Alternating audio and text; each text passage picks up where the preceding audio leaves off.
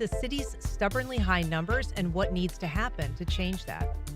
Later in the program, just in time for Earth Day, we profile two events, one in Jacksonville celebrating urban renewal and one in Hastings celebrating agricultural renewal. But first, the state investigated more child fatalities in Duval County last year than in the 8 nearest counties combined.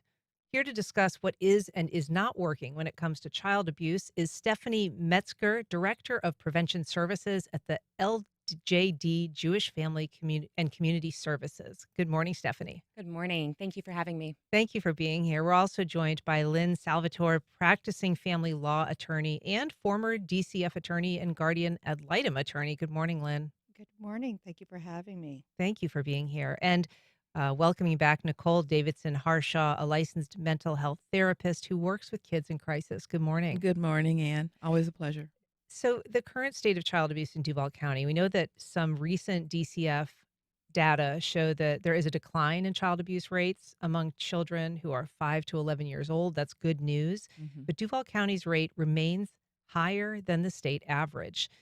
Nicole, you work with kids on a daily basis. Mhm. What is it that you think you can attribute that disparity to here in Duval and in Jacksonville? Yeah, the parental mental health issues have been prevailing for some time. And when that's a perpetual problem, a parent does not have the ability to emotionally regulate if they have their own unresolved trauma. And so we could easily see either undiagnosed or unmanaged depression, anxiety, if there's that level of not being able to provide the financial security, the basic needs of life, to be able to provide them with food and stable shelter. And so if a person cannot get up out of bed and take care of themselves, if they don't know how to manage their own well-being, how do they know how to manage the well-being of a child? And so in those instances, we can see the prevailing issues become very crisis managed, unmanaged. And what do we see? Is there something unique about this region or this place that Duval has been, has not seen that decline that some other places have seen? Mhm. I think what we can say is that maybe the resources in the community are not as accessible. And I'm sure we'll touch on that a little bit today, but we do want to make sure that we're mindful that we want to make those mental health resources more accessible, more affordable, and more within arm's reach for our parents and for our family systems.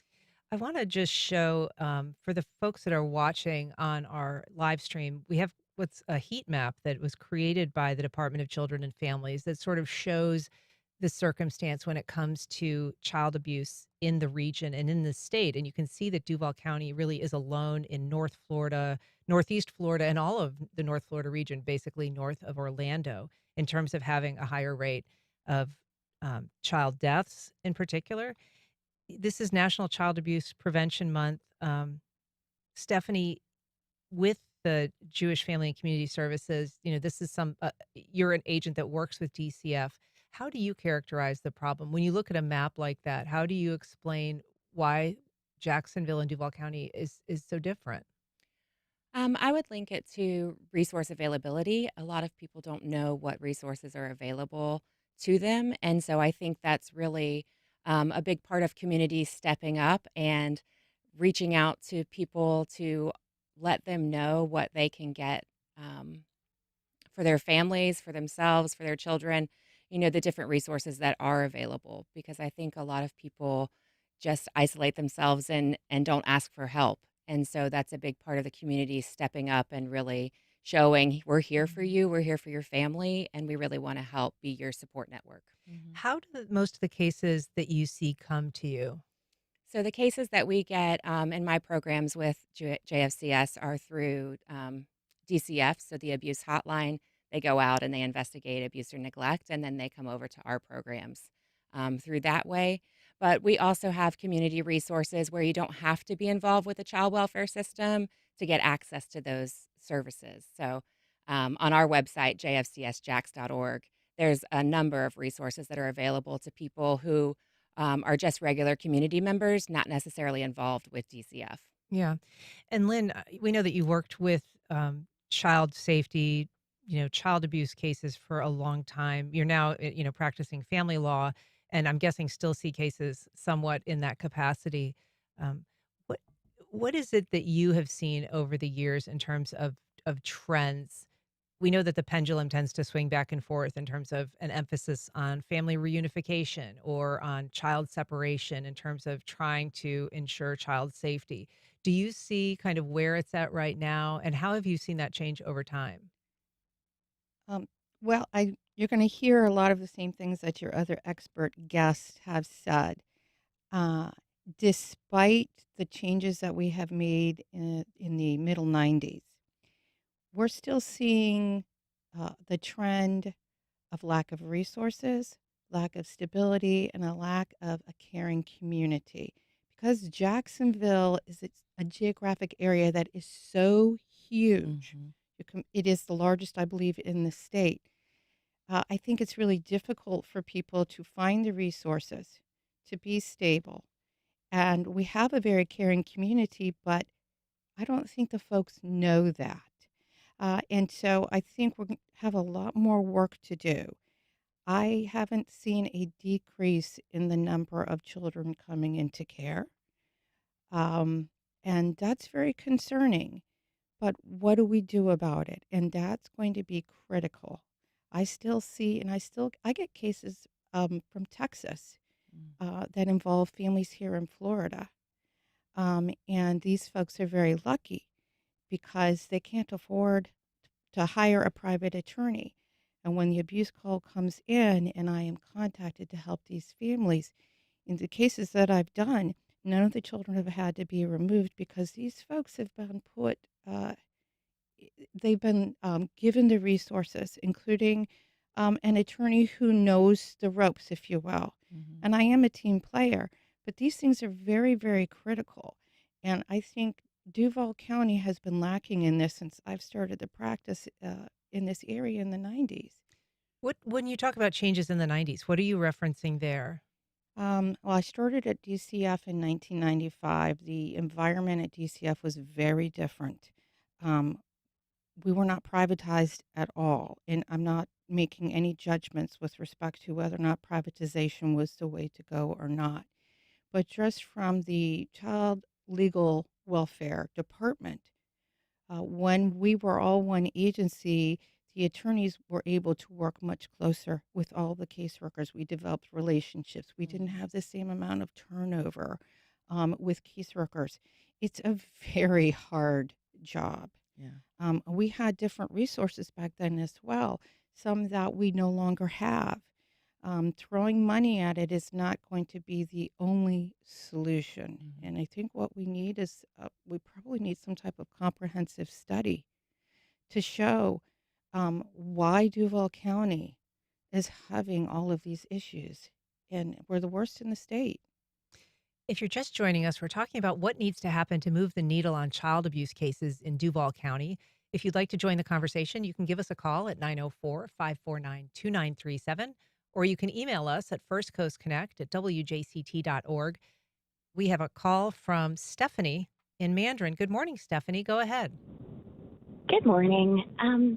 So I fully agree there needs to be some comprehensive research done or within the community to see how it's going statistically. But when doing that research, are you worried about underreporting, especially with students getting moved out of public school and perhaps going to homeschooling? I know we saw that during COVID, there was an underreporting of child uh, neglect. Hmm. That's an interesting question. I mean, has the change in the school model, the public school model in Florida, impacted reporting as far as you know or can tell? I think when it comes to Stephanie, thank you for asking that question. I think when it comes to the underreporting, and I think there's an issue with when child abuse occurs, a child may not go to school. We may see, start to see the issues with going to school and attending, classes regularly. I'm a therapist now at the LJDJFCS and working with other counselors at DuPont Counseling. I come into contact with those age brackets. However, I want to take just a gentle aside to say that I was also an educator for 13 years. So I've been in the classroom. I've been a Duval County public school teacher, and I'm not going to say anything negative about that role. That was a very rewarding, journey that I took. The reality is, if a child is not going to class, and we don't see the abuse, when they do come to class, the abuse is silent. The warning signs might be there, but we don't see them, like a child that's being abused and distinctively going through neglect will start doing behaviors that are regressive and not congruent with their age bracket, like thumb sucking, bedwetting. They might be fearful of, behaviors of which they were no longer for a long period of time. So there's that regression, but they're not able to focus or concentrate in class. They might be frequently tardy. They could be absent. But to stick with the question, if that's going on, but it does not lean into truancy, I remember even as an educator, those signs would be very invisible. So the underreporting is there. And to your earlier question, when a parent is struggling with their own mental health, there is that part of the abuse, the caveat that's very real: don't tell, don't share. And so if a child is going through abusive issues, they also don't make the connections with caregivers in the same way. They're not bonding with their teachers in the same way, or even peers their own age. So kids learn very much as a part of that cycle of abuse to be silent. And it's the silence that becomes part of their symptomatology as well. Stephanie, we were talking before the segment. You have children. We all, have children. Mhm. And, parenting is a difficult thing, even in the best circumstances. What are some of the stressors that tend to contribute to an abusive environment as opposed to one that just might be, um, you know, a difficult parenting environment, but one that doesn't lean into a problematic parenting style? Yeah, I would agree. Parenting is hard, right? Even on Mhm. the best day, even in the best circumstances, Mhm. parenting is hard. A lot of the things that we see that contribute to stressful environments currently is the housing crisis that people are going through, not knowing if you're going to be evicted or being able to maintain your home. And food insecurity is a big issue. So, not knowing if you're going to be able to provide food for your family. Mhm. And those financial stressors just increase the chaos in the household and make the littlest problem seem even that more large because of the stress that you're running into. So I definitely think financial resources are going to be a big help in the community, especially at JFCS. We have the eviction diversion program that's available. And if you can meet your basic needs, then you're better prepared to be the better parent and handle, your child's tantrum better because you're Mhm. not stressed out about where you're going to be living. Did And we where the next learn meal's coming from. Oh, yeah. Yeah. I was Mhm. just curious, did we learn anything during COVID? I mean, was there anything about the patterns that we had to live under during the pandemic that either, influenced the kind of reporting that we were seeing when it came to child abuse or the kinds of cases that we were seeing? Um, Well, there was a lot of isolation during COVID. I mean, that we all know, just sitting here at this table. And I believe that the mindset of being impoverished and being alone and not having those resources available was exponentially, promoted. And so even to what Stephanie just said, there's the issue with food insecurity, with housing instability, and if you don't know where your next meal is coming from, you're not sure what your next step could be. And I Lynn, oh, go Oh, ahead. I was going to say, I think a lot of parents lost their jobs during COVID. So that created the financial stressors, and they didn't have their kids going to school. So, Mhm. on top of trying to find employment, they had to also worry about care for their child. And then you didn't get to see your supports. You didn't get to see your friends, your Mhm. family, your neighbor, those supports that just kind of help relieve stress when just talking to them. So, Mhm. I do think COVID had an impact on isolation in the community for sure. Yeah. Yeah. Lynn, there's nothing I think more heartrending and sort of discouraging than when you see a child who's been put into uh, the DCF world, communicated that there has been a concern or that family has been contacted by DCF because of abuse concerns, and then seeing that child later suffering or perhaps being involved in a child fatality because not enough was done. And I kind of am going to return to that question of the pendulum because, there is always this shifting idea about what is the best way to take care of a kid in an abusive household. Help the household, remove the child. Um, Is there anything that you learned in your time working in the system and then out of the system about what is most effective and what is happening in those cases where kids are not helped in time? Well, I think that what is most effective is to link the families up before the abuse occurs to the resources, making sure that they are stable. These are huge stressors, and just our geographic location makes it so difficult to even get to these resources, to learn about them. Mental health is huge, not just for the parents, but for Mhm. the children. When the children come into care, finding the mental health treatment that they need is Mhm. incredibly difficult. And statistically, children are abused or neglected in foster homes as well. Ideally, we need to try to resolve as much as possible the abuse, the neglect, so that it doesn't happen in the first place. We're all human. We're never going to be able to get to zero. Right. That's just not going to happen. But that doesn't mean that we shouldn't attempt to do that. The foster care system, the DCF system, it's the last place you want to be. Sometimes, however, that's the safest place for children. But why?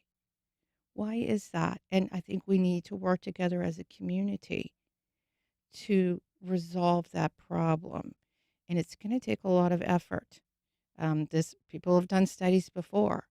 There have been lawsuits in the past, and there have been plans approved by the courts to improve DCF and their processes.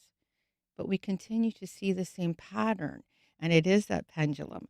We'll go years where we will have lowered the number of deaths of children in Florida, and then it swings back. And why is that? Well, I'm curious in the cases, I mean, we know that in this area, about a quarter of the cases where there's a child death, DCF has been involved previously with the family, maybe with that child specifically, or perhaps just with the family in the previous couple of years. What is not happening when that occurs? Well, and I can't remember ever having anyone tell me that we've had enough foster homes in Mhm. Florida. And so you do get those pendulums where uh, the agencies are working very hard to try to keep the children in the homes. And I think when we have limited resources for the parents and for the children, that we're going to see more child deaths. And Because kids are remaining in the home because there's really nowhere else to place them. You mean? that happens frequently, and you'll see that with children who are older. Mhm. It's harder to find foster homes or relative caregiver homes Mhm. for older children. And the older children tend to have a lot more behavioral or mental health issues than an infant would. And again, that just compounds the problem. And those children are at great risk of abuse in their own home or abuse in a foster home. And I don't know the solution, but hopefully as a community, we can come together and work towards one. Stephanie, you work, helping kids with placements in foster homes. We do often hear about kids who are in the foster system who are, re-victimized, who are not safe in their placement. What is it that needs to happen to make foster homes a better place for kids to end up? What would help get more people involved in foster care? Is more vetting needed? So I think they are increasing the training that they're providing to foster parents through family support services, the licensing agency for foster homes. But likewise, I think that DCF and the CMOs in the area got together into CMOs being community based agencies. So in 2008, they did foster care redesign, and that's when a lot of the prevention programs were implemented. I was actually the first worker to pilot a prevention program here in Duval County called the FAST program. Mhm. And it's designed to keep kids in the home with their parents safely while providing those services and education, because they did find that putting children in foster care has its own set of traumas that go with it. Mhm. Mhm. It has higher dropout rates, higher teen pregnancies, higher criminal records. versus if we were able to strengthen that family unit as a whole, and keep that family together. And so that's what the FAST program with JFCS Mhm. does, is work with those families to provide the education, the services, and the resources to keep them together and build a stronger family unit. And I think ultimately that's the best outcome for kids, is if we can do that safely, and hopefully with the services and resources they receive, they won't have to have DCF involvement again, and that child cannot have that trauma of being removed. Nicole, in your experience, in terms of children who are remain in a home Mhm. that has challenges but are able to get some help for that family Mhm. versus kids who are removed, I mean, first of all, what has your experience shown, and what has the research shown in terms of outcomes for those kids? Research has shown, I don't have the numbers with me today, but it's an ideal way of us approaching the fact that there is something to be said for keeping the unit together. As a family and marriage therapist, when you start getting the communication going, allow that access to workshops, to mentorship programs. It doesn't have to all come from every member of that family unit. This is where we start putting in those resources into the home so that there becomes a daily conversation and they're working within those community resources.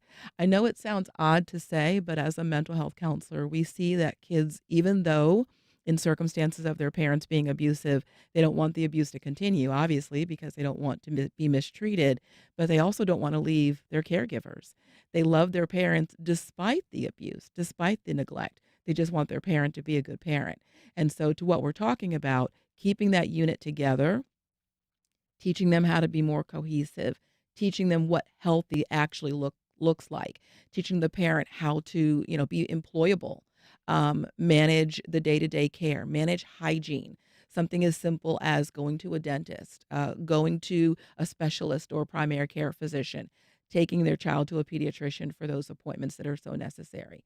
Believe it or not, and I don't want to leave this on the table today, but there's something to be said for addressing the poverty that's going on in Duval County. And I feel like that goes back to something, Lynn, that I heard you, explain earlier, food insecurity, housing instability that Stephanie mentioned, all of this contributes to that family system suffering. And even though it's ideal to protect that child, and that's the ultimate responsibility that DCF has, we still want to find a way through that FAST program and other programs to find a way to help that system heal and teach them that this is the way to go as opposed to the abuse and the neglect options.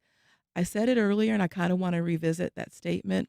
Someone does not wake up and say, I want to abuse my child.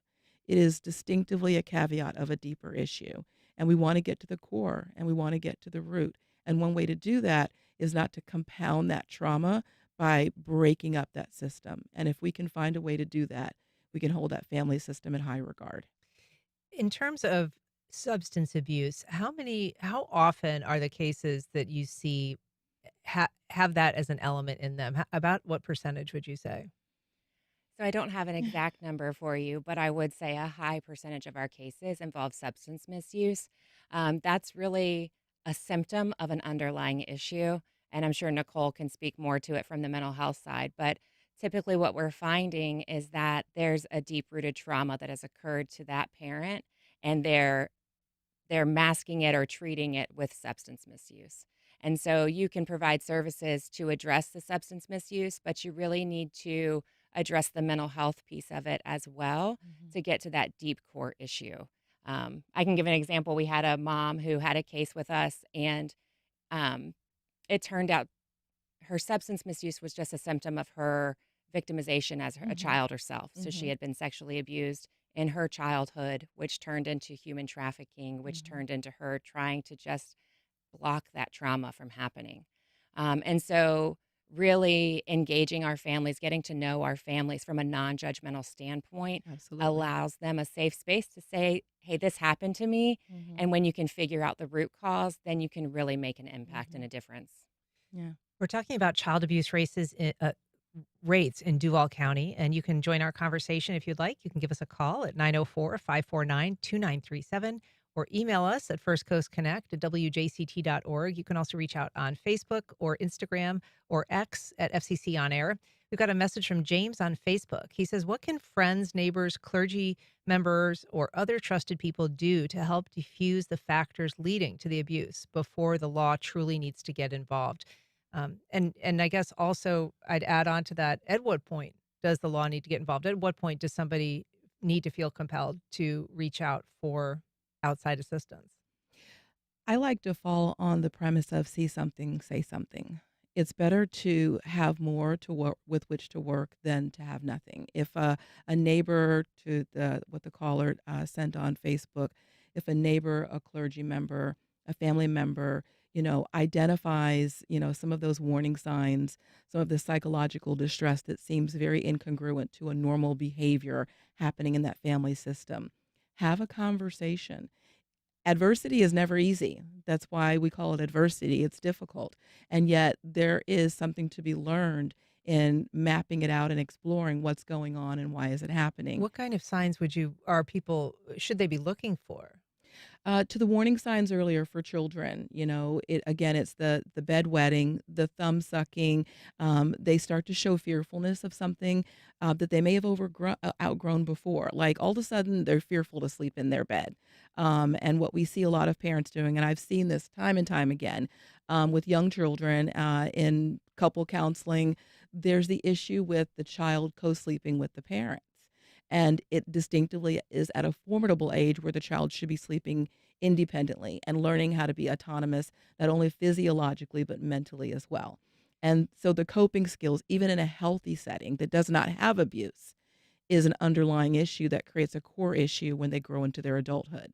It sets the tone for inappropriateness that happens, and that creates an unsafe mental health functioning for that individual who grows into an adult and then does not know the healthy boundaries. Are there signs that might be more visible to people who are not necessarily part of the household or privy to what's going on in the household, who might not see things like bedwetting or regressive behaviors? I'm just thinking, of things hmm that are more like visible signs of physical abuse. Right. So when we're talking about bedwetting and things of that nature, right before the segment started, we were talking about us all having children, right? Mine are distinctively legally adults, right?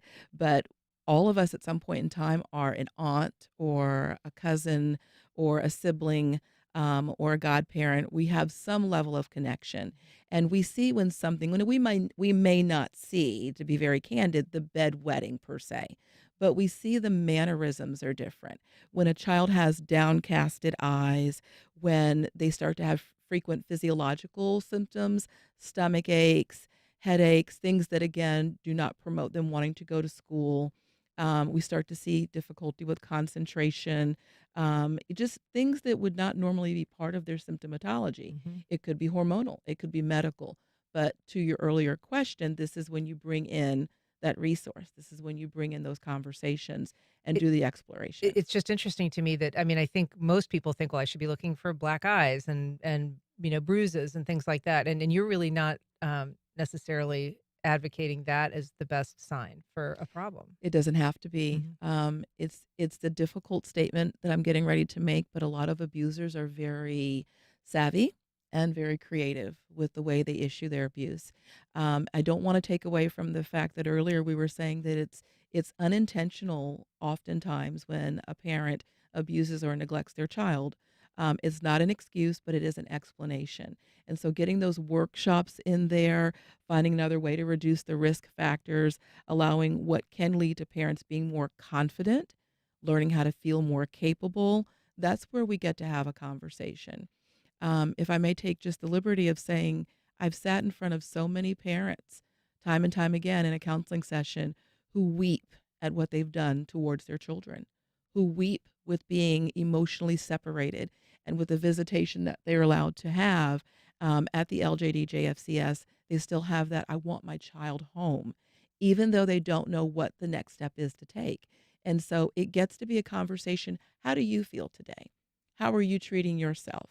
How often do you shower? The conversations get very real. But this is where, like what Stephanie said earlier, these are places that are non-judgmental. It is their safe space. And oftentimes when someone has endured abuse as a child themselves, it becomes a generational pattern. And so they need to learn and get to learn how to create a safe environment here first in order to move forward. Lynn, I've got a question here I want to sort of direct to you because I know that this is something that you've handled in your own work.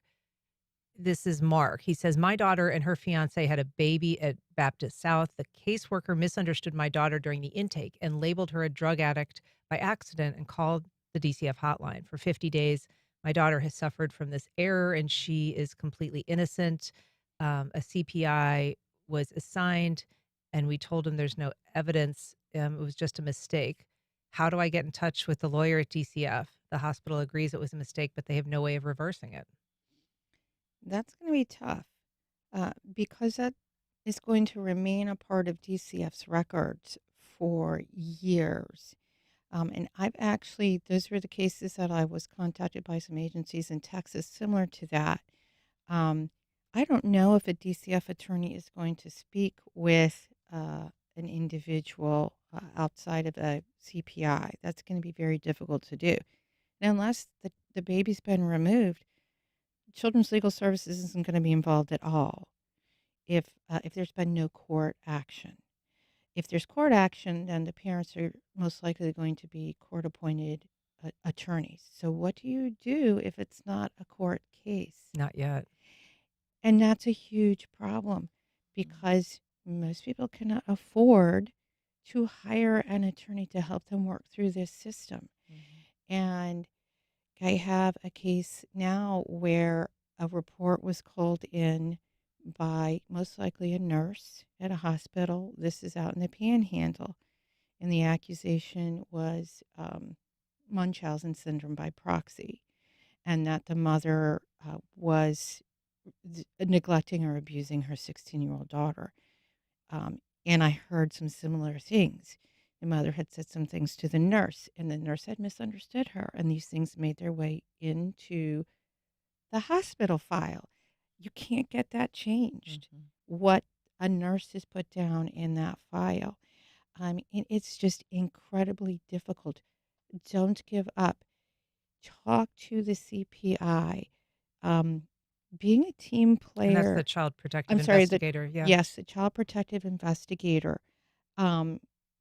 Be a team player as much as possible with them because we like to think, and I like to think, that the CPI truly does care about the safety of the child and the safety of the child and the child's family.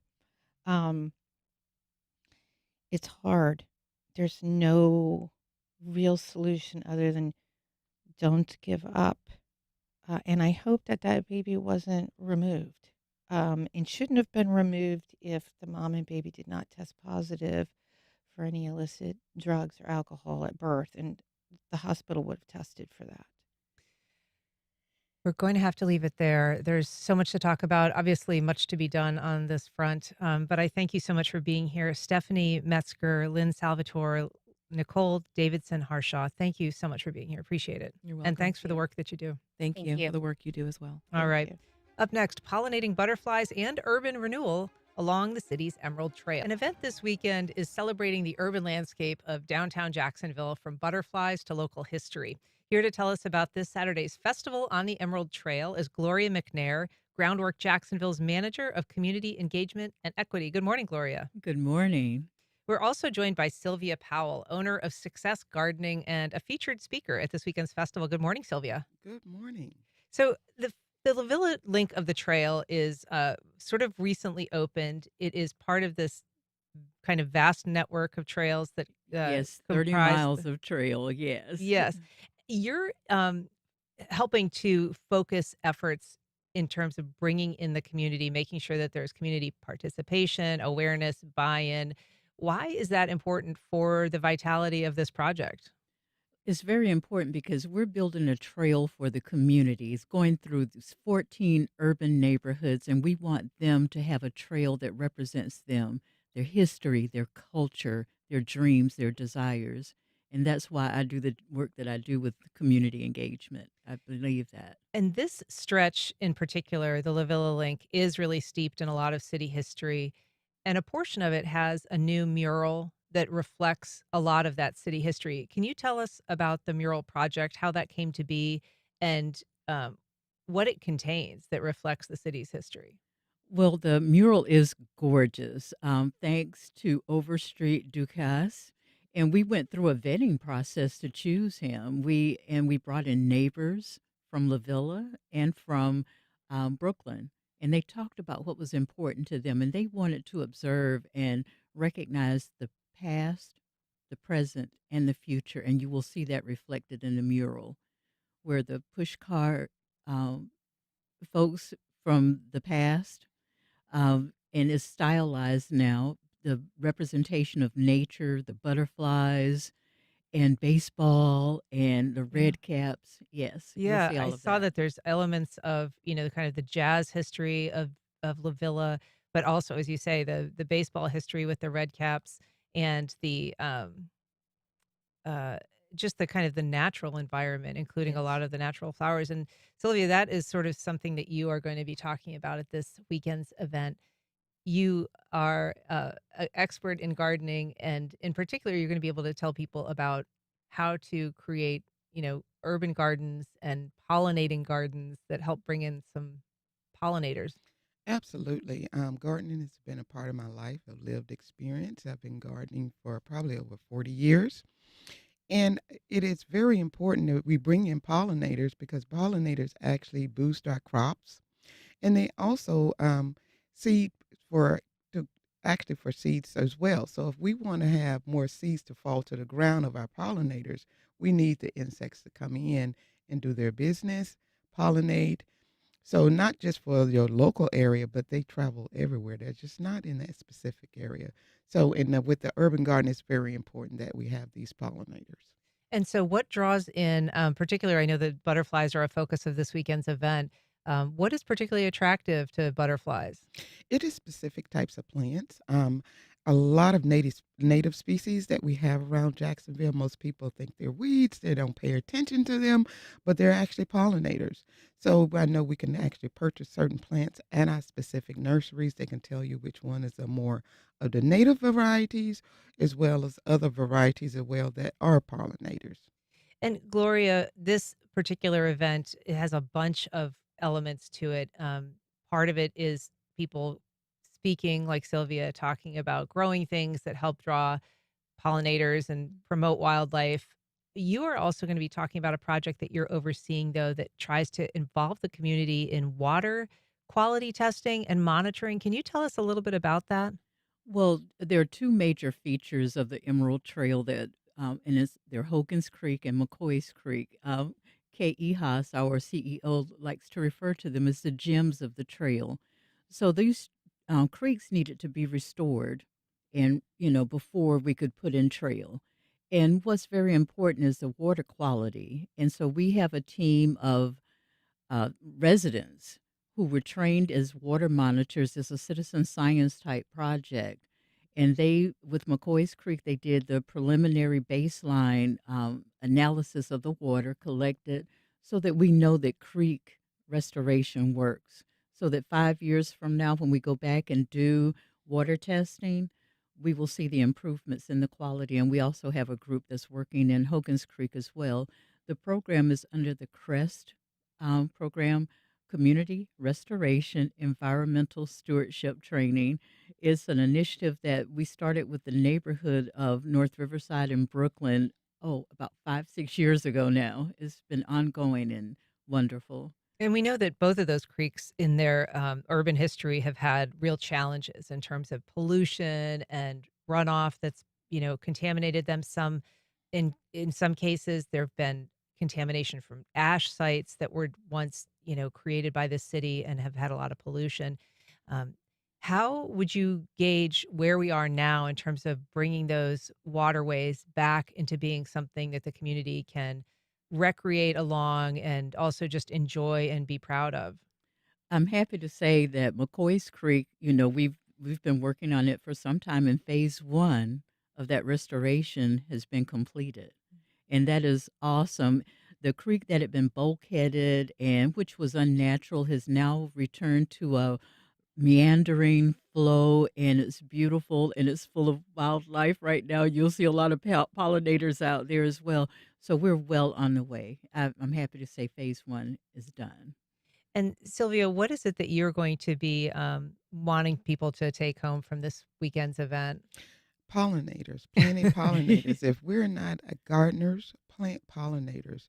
We always say, some people say that they don't have a green thumb, but let's try. And the youth and getting the youth involved and starting to modify at an early age and let them know how vital it is to actually plant pollinators. So this stretch of the Emerald Trail, it is going to play host to this, but there's a lot going on there. In addition to Sylvia speaking and the Park Street Bridge mural that you mentioned that Overstreet Ducasse created or helped create. There's also going to be some guided tours. There's going to be some yoga. There's going to be a butterfly release, sort of to celebrate the pollinators. Oh, yes, I think that should be exciting. Everyone gather at the end and watch this 200 butterflies. I think they are painted ladies. I think they're painted ladies butterflies, and it's going to be gorgeous. Our landscape architect Dylan is babysitting the butterflies to Right make now, sure, taking care of yeah, them. taking care of them. Excellent. All right. Well, the event is called Festival on the Emerald Trail. It's the La Villa link and it's part of Celebrate Trails Day, April 26th. I think it starts at 10. It starts at 10 to 2. All right. Please join us. Well, we're delighted to see you, Sylvia Powell, Gloria McNair. Thank you so much for being here, both of you. Thank My you. pleasure. Thank you. All right. Up next, Spud runs lawnmower races and the crowd. DuPont Counseling Group is a team of therapists, psychiatrists, and counselors available to help with life's mental health challenges. Everyone needs help sometimes. More information can be found at jacksonvillecounseling.org. Tidbits, family owned and operated since 1985, offers dine-in, catering, delivery, and takeout at Bay Meadows, Hendricks, and Mandarin locations. Menu items include fresh sandwiches, salads, and soups, open Monday through Saturday. Online ordering and menu at clarastidbits.com. Government professor Stephen Levitsky has spent years studying how democracies die. On the next Fresh Air, he argues the Trump administration is pushing the U.S. towards a 21st century form of autocracy, where elections, opposition parties, and independent media still exist, but are weakened by the incumbent government's abuses of power. Join us today at noon on WJCT News 89.9. Many Native American tribes are in limbo as Trump administration cuts threaten schools, health centers, food banks, and more. Just as we get our bearings and we might get a little victory in reinstatement of funding, then there's another big attack and another mobilization that we have to participate in. I'm Deborah Becker. What's at risk for Indigenous communities and how they're responding? That's on the next On Point. Today at 11 on WJCT News 89.9. April 22nd is Earth Day, an annual event first organized in 1970 to demonstrate support for environmental protection. 55 years later, how we heal our planet and why looks very different. An ongoing series from the New York Times called 50 States, 50 Fixes explores these solutions. We hear those stories and yours next time on 1A. Today, starting at 10 on WJCT News 89.9.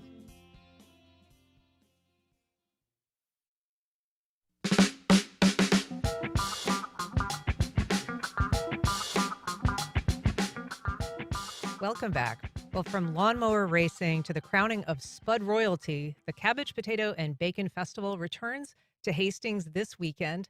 Here to tell us about it is Sally O'Hara, Executive Director of the nonprofit Hastings Main Street Incorporated. Good morning, Sally. Good morning. Thanks for having us. Thank you for being here. We're also joined by Chef Jen Ashton, owner of Juniper Market in St. Augustine and the soon-to-come Juniper Market in Hastings? Yes, ma'am. Is it going to be called the same? Yeah. Okay. So, Jen, I want to ask you about your move to Hastings because I sort of wonder what it signals about where that town in particular is headed. You've had a very successful business in downtown St. Augustine. You prepare natural food, kind of slow food, really amazing food. Why Hastings?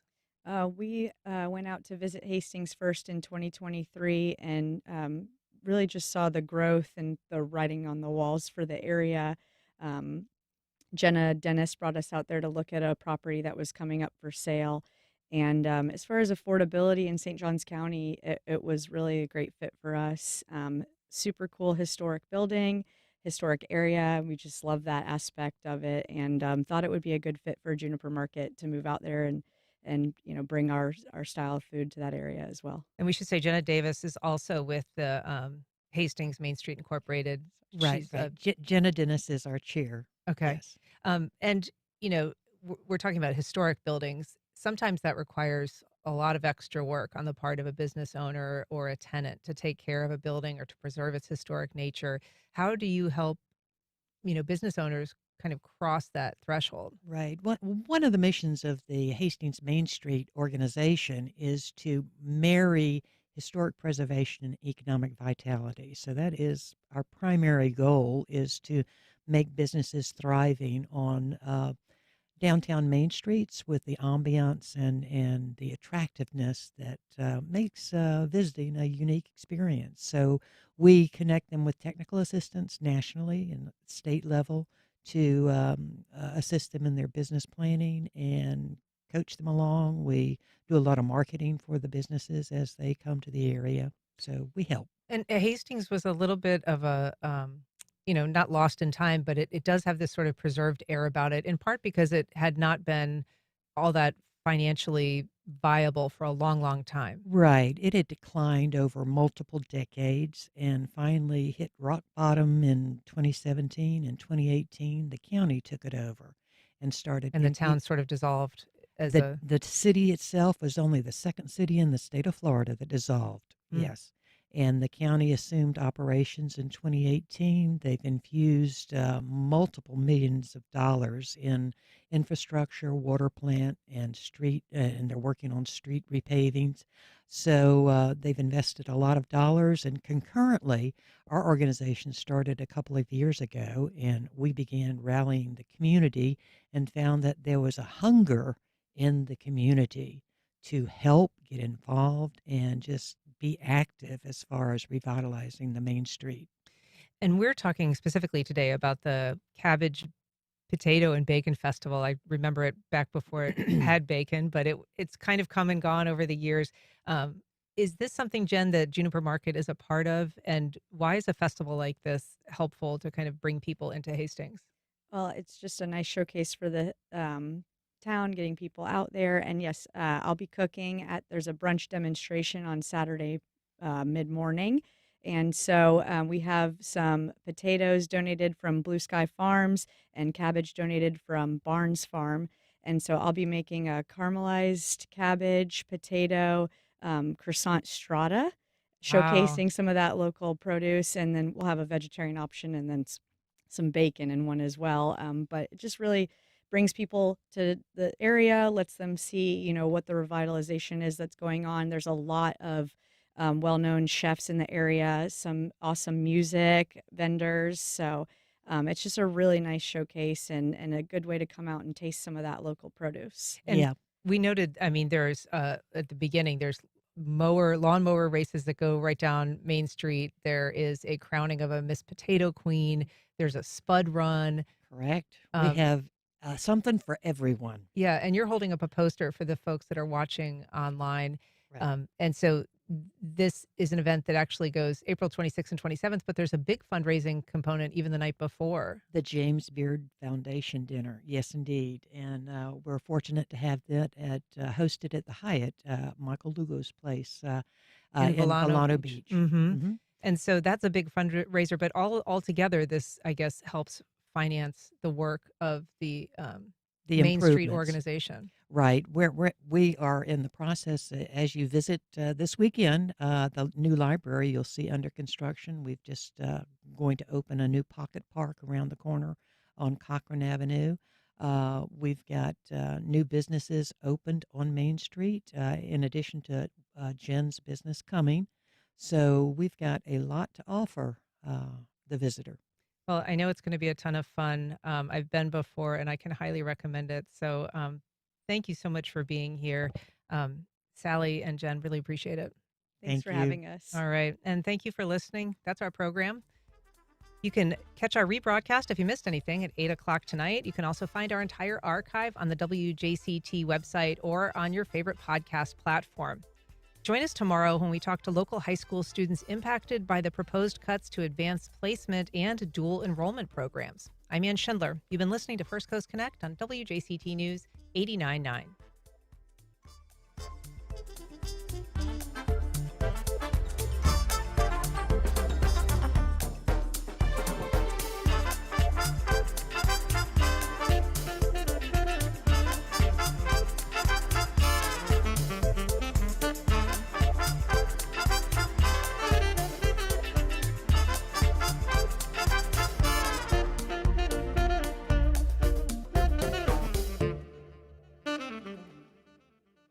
Support for First Coast Connect is provided by Baptist Health and the North Florida TPO.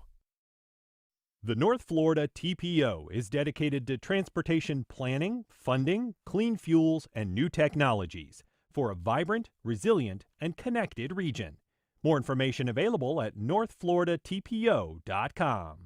Life South Community Blood Centers, providing blood and patient services to the local hospitals, serving patients in this community.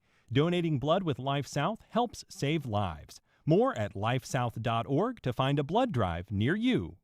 Baptist Health is a proud supporter of First Coast Connect. Baptist Health, committed to building a healthier community for all of us.